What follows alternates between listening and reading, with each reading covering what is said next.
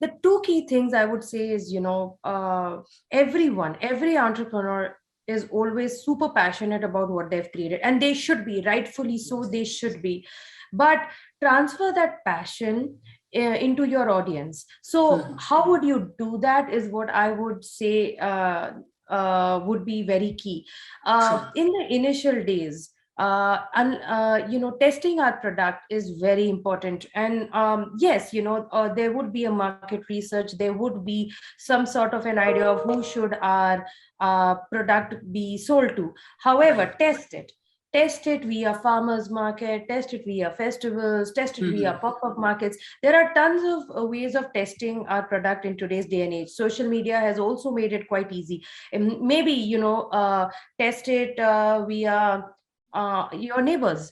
Ask them what do they feel about it. Maybe find some folks who are very passionate about eating eating healthy food, or eating the kind of product you've created, or something similar, and ask them very honestly. And don't be afraid to be the criticism to your product. Actually, don't be afraid to have it, because that is what is going to define your foundation. You will not improve what you have unless and until you get that critical feedback. So yes, while it may pinch, and if it doesn't pinch you, you should question yourself, why is it not pinching you? However, while it pinches you, take it. Take it with a lot of positive attitude, and transfer all that pinch you have into refining your product. Because that is very key in launching a product into the retail market in America, especially. Because while many entrepreneurs are super hardworking and super successful in bringing their products to the shelf, maintaining it on the shelf is equally hard, rather very hard. So that foundation, what you've created with asking the key questions and feedback from your audience, is what is going to improvise your product and help you maintain it on the shelves. So don't be afraid to do that. That's the one key advice I would say. Hi Snehee, good morning. How are you? Very good. Thank you, Dhawal. Good morning. Good evening to you. Thank you so much. How is everyone at home? Very good. The year has started well for everyone, so I'm happy, and I hope it continues going that way. And let's just see how the year turns around. Yeah, looking forward as well. Great. Hi viewers, good morning. Welcome to the new episode of Sustainable Future Food Talk. Today we have with us Snehee from the United States. Snehee is famous for saying good, honest food should not be a privilege, but it should be a right. CEO at the food shop, Snehee is a hands-on leader who focuses on bringing honest, authentic and tasty food to the consumer's table through green reinvention of ancient processes. With the help of her team, she has successfully commercialized 2 dairy technologies, Mava Milk Solids and Gallivant Mava Ice Creams, which focus strongly on keeping the healing powers of milk intact while ensuring the end products are delicious and our planet is happy. Snehee is a food safety scientist by training with over a decade experience in food manufacturing operations and product ideation and commercialization. So Snehee, I mean, while introducing you, I already have water in my mouth. So if you can throw some light on what kind of ice creams are you making, that would be great. Sure. So Gallivant Mava ice creams are precisely what they are. They are Mava ice creams.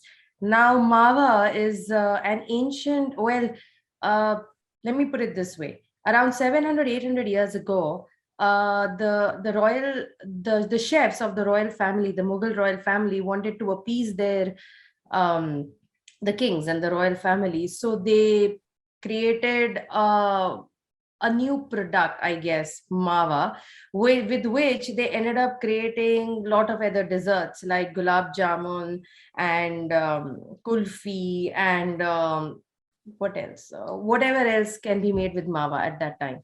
So this ingredient has actually been invented by the Mughals or the Persian chefs around 700, 800 years ago.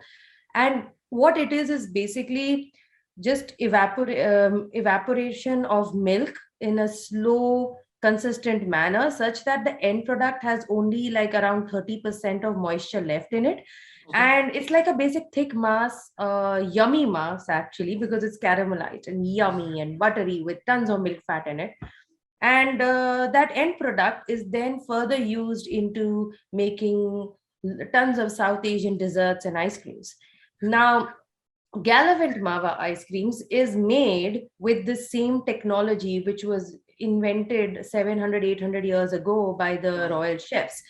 All we do is we add the modern technology twist where we are manufacturing the similar, I cannot say same because I don't know how that tasted, but similar product and bringing it to the masses. So in all, it's a new style of ice cream or frozen dessert for the audiences. What makes this really fun for me, especially, is the array of global flavors that we have, or the unique global flavors that we have. I have one of my biggest passions is traveling, and uh, one of the key things, if you are an avid traveler, what you take away from every travels is the cuisine and the uniqueness of what you had over there. Very recently I just went to Jordan, and in Jordan the imbibement of mint and sage and oregano and in the everyday lives of the Bedouins is what caught my eye, and how they would keep having that concoction to keep the health of their to keep their systems and their health intact. So similar concepts, bringing those uniqueness of that culture via and presenting it via our ice creams to our audiences. So there are two unique things about our product. One is the ancientness of how we make the ice cream and the make ice cream mix, and then the global array of flavors we have, the unique flavors we have. That really sounds delicious. Thank you so much for this. I am looking forward to taste it. I hope you do come down this way, or someday Gallivant can launch in India and you get to have it. I really hope. Absolutely. It would be a moment of pride for us. Yeah.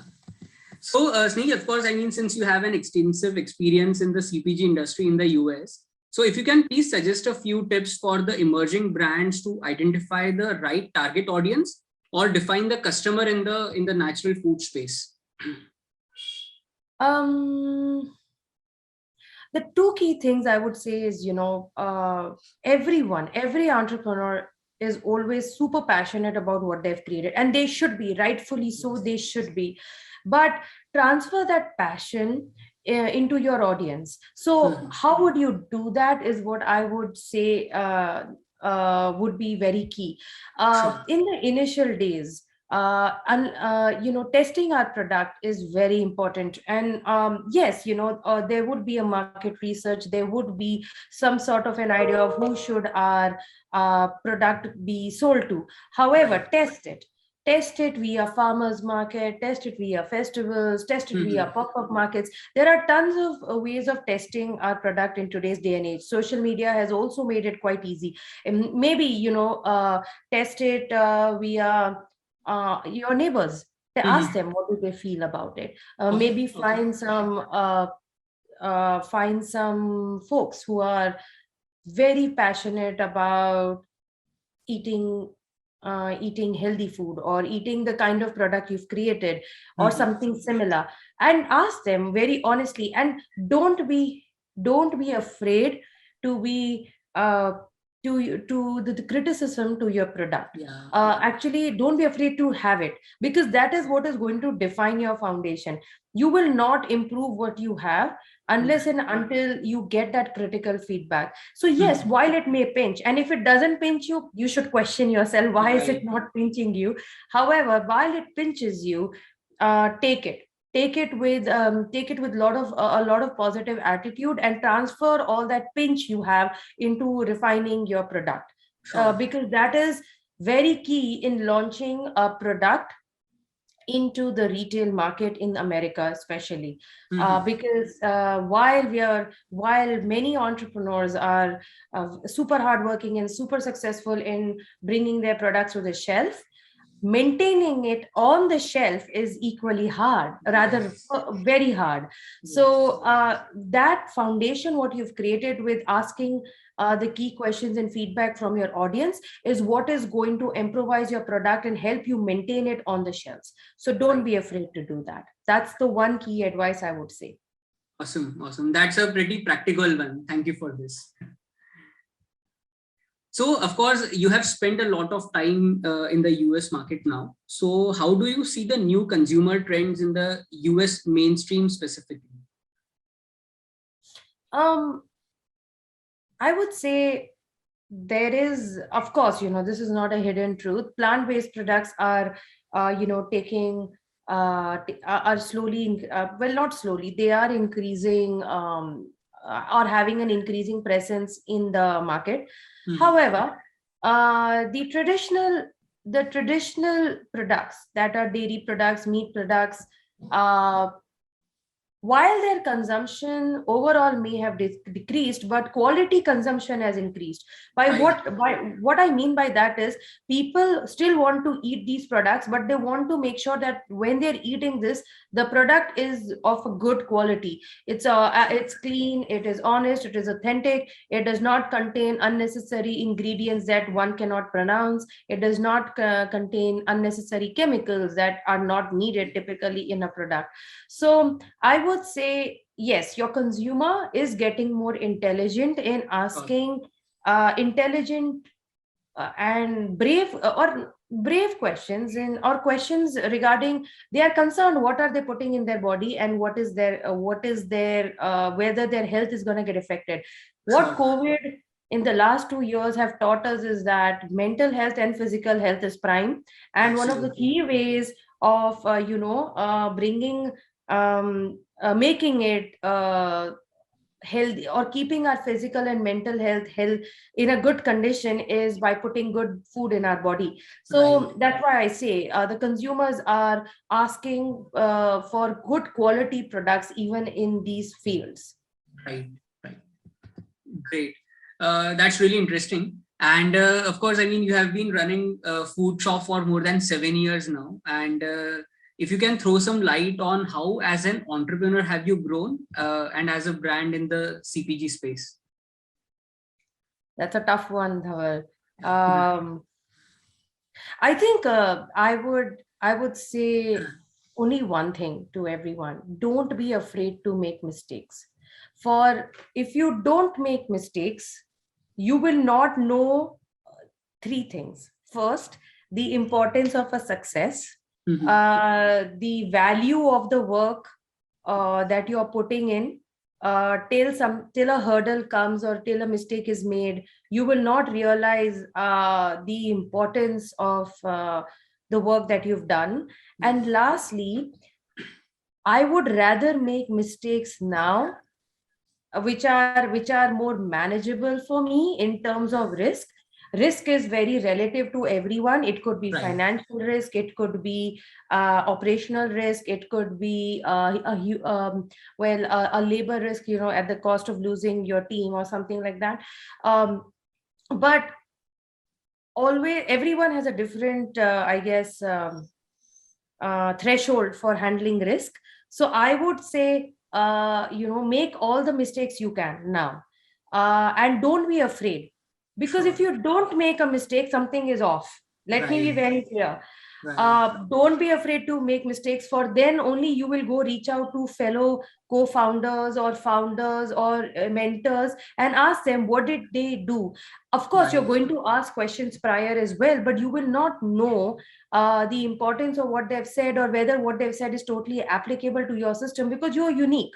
So you Right. need to figure out your own journey. So I would say, in your entrepreneurial journey, don't be afraid to make mistakes. For mistakes is what makes you, and makes your Right. story so amazing and unique.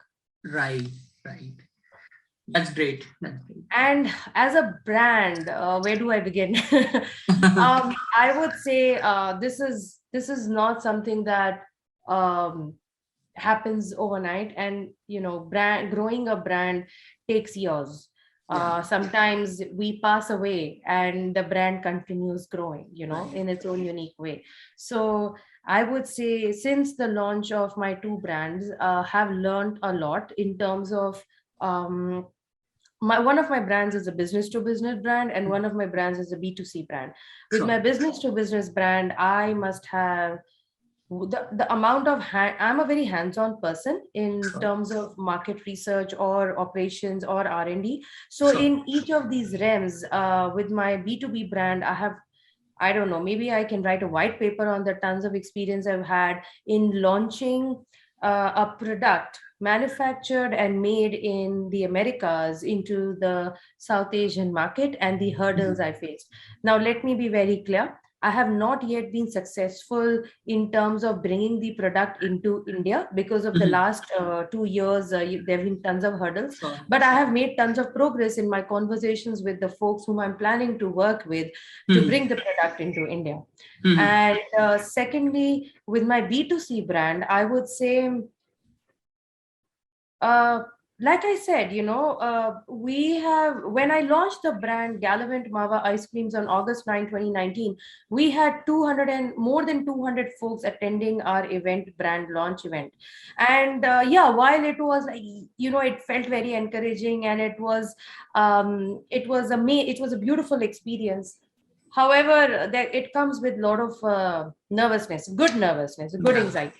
My biggest concern is because I'm a very strong operational and R&D person, I do not have as much confidence in marketing and sales. So I stuck to going the traditional route a lot in the beginning by going to farmers market, festivals, doing everything by the hand, or not trying to, save money on social media advertising, but put that money towards local advertising, putting our name out as much as possible, and it paid out. So that was my journey, and that was the growth of Gallivant. And then slowly Gallivant got into a few retail stores in Houston. Slowly I built the team, slowly I built the product. Now we are today 2 years down the line. Well, COVID did slow us out because a lot of buyers were not available for conversations to bring our product into the retail stores. Having said that, we set the foundations of putting our product in front of, I don't know, like maybe 30, 40 buyers. And now we are in much better position and much more stronger position to not only meet the needs, the demands that they might have when they bring us in their retail stores, but also bringing in from my team perspective. My team has also grown. So slowly I build the team, slowly I build the commercialization and scale up of the brand. So I would say that's where I am. It took my confidence. I'm a little bit of a risk management person just because of my background. I'm a food safety person. That's all I do, risk management. So I want to make sure that every step I take, there is some level of managed risk at every step. So when I built my team, I was like, okay, can I make sure I can, pay them and slowly grow from there. And then when I was scaling up my product, hey, is this scaling looking feasible? Are we running out of ingredients? Are we running out of, can our suppliers provide the kind of ingredients we are looking for? So that kind of scale up is what I would say is we've had growth in. And hopefully, and the year actually started brilliantly for us, Dhawal. We had Food Business Network actually cover us. We had dairy processing that covered us. So and then we were in Museum of Ice Cream in Austin for the entire month. And people loved our product over there. And the Museum of Ice Cream in Austin just loved our association. So we're looking to do more events with them. So the year started really well for us. So fingers crossed. This is the year we see more growth with Gallivant, and hopefully paving the way for future brands like who have similar ideals as us into coming into the mainstream market. Right. And I mean, so this is such a beautiful journey. I mean, you explained it very well, and wish you all the best going forward. Really. Thank you, Dhawal. Yeah. So, Snehee, of course, we are in the first month of 2022, and like any other entrepreneur, you must have also made some goals and plans. So, if you would like to share with our audience, maybe some on the personal front and maybe on the professional front as well. Um, I think all entrepreneurs are guilty of one thing, and the guilt actually, to be honest, consumes us on many days. Uh, is work-life balance. Yeah. I struggle very badly with it. I have no barriers, but I have never imposed this upon my team, and I hope that the few days that I did, that they'll forgive me. Um, but yes, my work-life balance is very poor, very poor. My friends, my family, I think they can attest to the fact that I actually don't know how to demarcate weekends from weekends. Um, so I would in the later half or the third quarter of 2021, I had decided that okay, you know what, I'm going to consciously start taking Saturday off. Like I'm not going to Mhm. work Saturdays, and I was able to do it. I was very happy with Okay. myself that I was able to do it. It brought in a lot of I would say calmness to me. Honestly, not always being running around like a headless chicken or firefighting.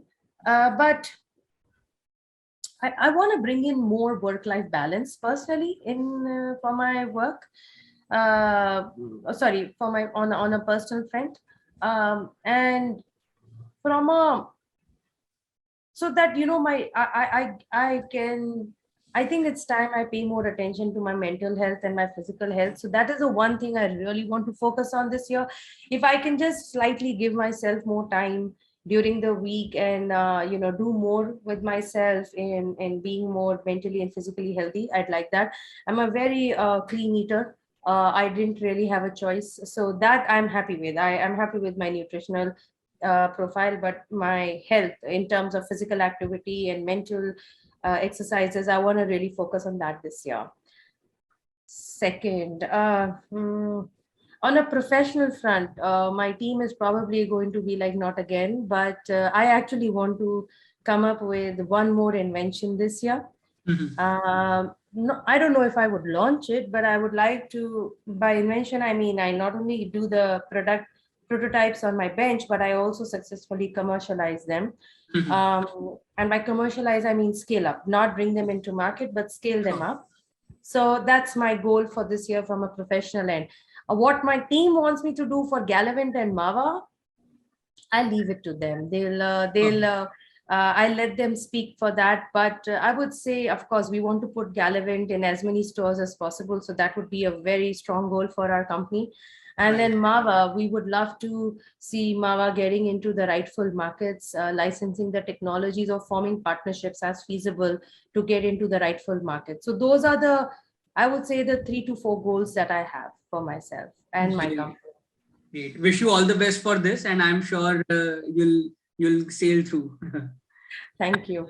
I think you made a very interesting point here on the work-life balance. So, as an entrepreneur, I mean, you have to take that conscious call of, let's say, putting it together, right? Because I mean, if you're just into your regular thing, then you might miss out on Saturdays and Sundays. But yeah, you'll have to consciously work on that.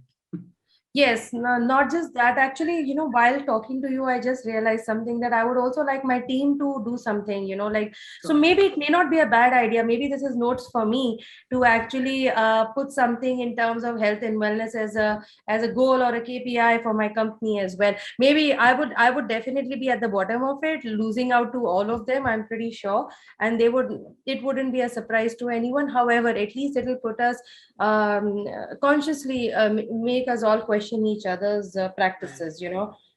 I think the one thing during COVID, my entire team is remote, by the way, except my Mhm. operations manager who is in Sure. Houston. Everyone is remote. So asking everyone, hey guys, how are you doing? Is everyone okay? Just a small bit makes a big difference. When Yes. someone asks me, hey, are you okay? You know, it just makes me feel much better. So I would say, I mean, not having that as a goal, but having a stronger goal for the company is I would take that one step maybe for this year. Yeah, I think I would do that. Yeah. And we can help you with the yoga thing. Yes, I was going to say you guys are into yoga, right? So maybe I should do something of that nature. I have never been. The only thing I've done is hot yoga. I really enjoyed it.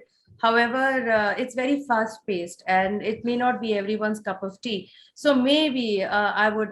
Maybe this is an offline conversation between you and me, Dhawal. But Yeah, we need yeah. to talk about the yoga bit for sure. Yes, yes. Interesting. So, coming down to my last question for this session, I mean, your organization, Snehee, focuses a lot on women empowerment. So, what conscious steps have you really taken to practice and implement it? Um. Okay, I'll have to give you a little pretext here. Sure. Um. I am one of those few people, maybe. I cannot speak for the masses, but I can speak for myself, Sure. where I had some of the best bosses and some of the best mentors, not had, I still do, in my career, throughout my career. And in unconsciously or consciously, they never had a gender bias in any one of Okay. them. Okay. So gender inequality comes to me thankfully because of them. Oh, Okay. sorry, let me take it back. Gender equality, not Yeah. inequality. Yeah. Gender equality comes to me because of them. They laid down my foundations very strongly. Mhm. So when I look at women empowerment, I look at it more from the fact that it stems from uh, whenever an organization has gender inequality in whether in terms of hiring or in terms of how they uh, position their team in certain work in certain positions in the organization. Those are the things that I never faced because of my foundations. So I want to make sure that whoever comes onto TFS comes with the same morals, comes with the same ethics, and comes with the same beliefs. That is the first thing.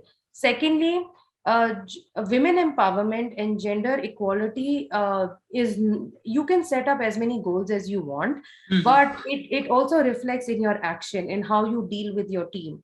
If bias of any sort is bad, however, when you like my let's look at my operations manager. She is obviously a woman. However, I can assure you she is one of the most able production managers and operations managers I've ever met. Okay. It never even one crossed me in my head that, hey, will she be able to lift a 50-pound bag of sugar because she's a woman? Well, I don't care about that. To me, she is capable to manage the production on the floor. Having Sure. said that, not everyone is physically capable to lift a 50-pound bag of sugar. So, does gender equality mean that I should hire only women for empowering women? No, to me, it means let's find the right person for the right job Right. without giving a care of whether that person is a woman or a man. So, gender Mhm. equality to me stems from something as basic as that, because that's what was taught to me by my bosses, by my mentors. In fact, even with my family. In Mhm. my family too, there was never ever distinction made whether you are a boy or a girl. So that's how I look at gender equality and women empowerment. Now, in my team, in terms of empowering anyone in my team, I try my level best to provide them all the tools, all the trainings, all the equipment that I can to make them successful in their jobs. Sure. Now, if I and as their boss and as their mentor, I hope that I provide them a safe environment to Mhm. come to me and say that, Snehi, we are not happy because of XYZ, or Snehi, we need more help because of XYZ. And I think that's the environment I want to create when it comes to gender equality and women empowerment. um, One of the resources that I've always looked upon is the sustainable goals by UN, Yeah. and their fifth goal is gender equality. So, if anyone ever wants a reference on like, how do we do this, how do we build this in our organization, I would say this is a good place to start. There are some fabulous organizations, who have been imbibing this in their I guess in the way they function. And Googling them, looking up for them, searching for that, seeing how we can learn from others, is always what I do. And so I'm not saying I've not made mistakes. Please let me clarify that. But I'm ready to accept my mistakes when my team comes and tells me, Snehi, I think we could have handled this better, or this is why I feel uncomfortable, or Snehi, this was more personal, this was not professional. Touch wood, so far I have never ever faced this with my team. Uh, but if it so happens, I think I am pretty decently equipped thanks to my foundations and to the tools and resources that I have available to handle these situations. And I think that is what gender equality and women empowerment means to me. Uh, in a nutshell, yeah. That's really lovely, and I'm sure this is an inspiration to a lot of entrepreneurs in the industry. So I'm sure this will be super useful. Thank you. So thank you so much, Snehi, for such detailed answers and such practical answers. Really appreciate it. So much once again for joining me on this show. You have a great day ahead. Thank you so much. The pleasure is all mine, Dhawal. Thank you so much for having me over. I really like what you guys do, Sattviko, and you guys are big proponents of the sustainable future food, and are honestly experts in what you do. It was a real pleasure from my end as well, but also a nice learning experience, which before the interview and over the last few calls that we've had, I've learned so much about you guys and what you do, and also all the good work that you're doing in bringing this community together who work hard in bringing sustainable food to our audiences, and are building those sustainable food systems for the future. So I'm very grateful to be part of this. So thank you for considering me. Thank you so much. Thank you so much. Really appreciate it. Thank you.